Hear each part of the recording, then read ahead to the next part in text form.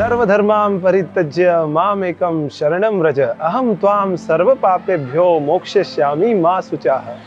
भगवान इस श्लोक के माध्यम से हमें बता रहे हैं सभी धर्मों का त्याग करके मेरी शरण में आओ, भगवान श्री कृष्ण के शरण में आओ और मैं आपको सारे पाप से मुक्त कर दूंगा।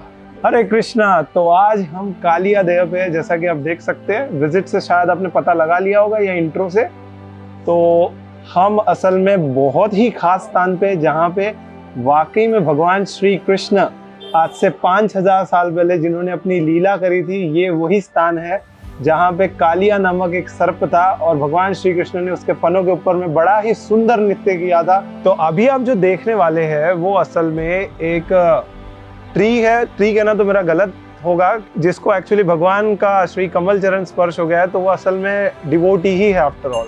तो बेसिकली यहाँ की लीला ऐसी है कि कुछ पुराणों में वर्णन है कि गरुड़ जी ने असल में इस स्थान के ऊपर में जो एक वृक्ष है उनके ऊपर में अमृत गिरा दिया था, जिस वजह से कालिया का इतना विषैला सर्प का जो जहर था उसके बावजूद भी वो पेड़ अच्छा वहाँ पे खिला भरा रहा।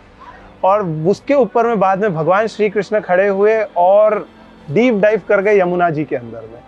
तो जैसा कि आप देख सकते हैं, हम उसी वृक्ष को देख रहे हैं। ये असल में कदम्ब का वृक्ष है और आचार्य शिला प्रभुपाद जी बताते हैं कि कदम्ब के वृक्ष बड़े ही खास है वृंदावन धाम में। So Vrindavan is very famous for the tamal and kadamba trees.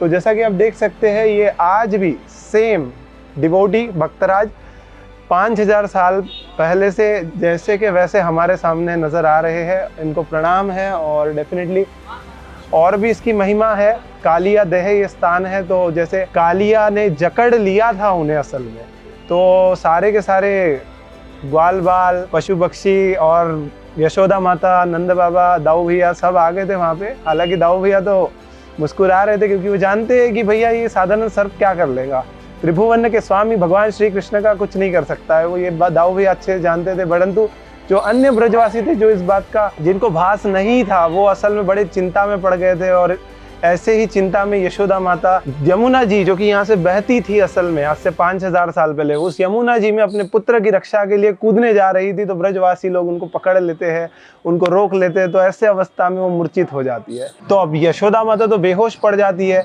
परंतु जो ब्रजवासी लोग होते हैं वो असल में प्रार्थना करने लग जाते हैं, क्योंकि असल में उनका सब कुछ श्री कृष्ण ही है। भगवान असल में कालिया के उस बंधन में करीबन वर्णन है शास्त्रों में कि 2 घंटे तक वैसे ही जकड़े रहते हैं करके। जब भगवान उसके चंगुल से बाहर निकलते तो भगवान सीधा उसके फनों के ऊपर में चढ़ना चालू कर देते। कालिया ये देख करके कि उसके चंगुल से भगवान मुक्त हो गए हैं, बड़ा ही क्रोधित हो जाता है और वो अपने सारे फैंग्स असल में फैला देता है। कालिया है थकने के बाद में ये देखती है उनकी पत्नियां, कालिया की पत्नियां थी, वो पत्नियां बड़ी प्रेम करती थी कालिया से।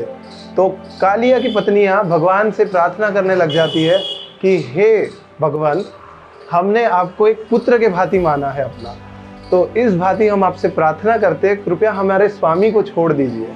वो कालिया के लिए प्रार्थना करते हैं उनकी पत्नियां और वो भगवान से इस प्रकार का निवेदन करते हैं। तो भगवान तो अहेतु की कृपा करने वाले हैं, वे अत्यंत दयालु है।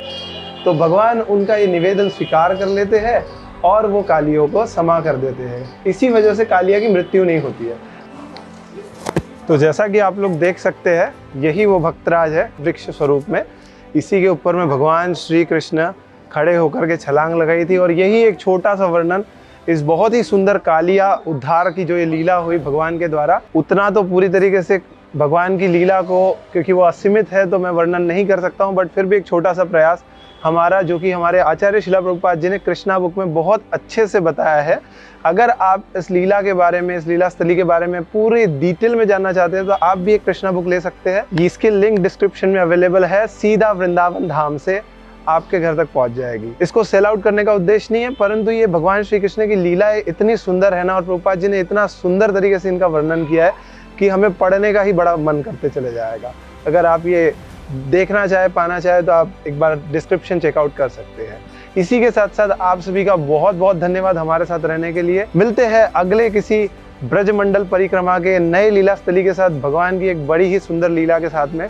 अभी के लिए मैं मथुरेश हरिदास आपसे आज्ञा चाहूँगा। मिलते हैं। हरे कृष्ण।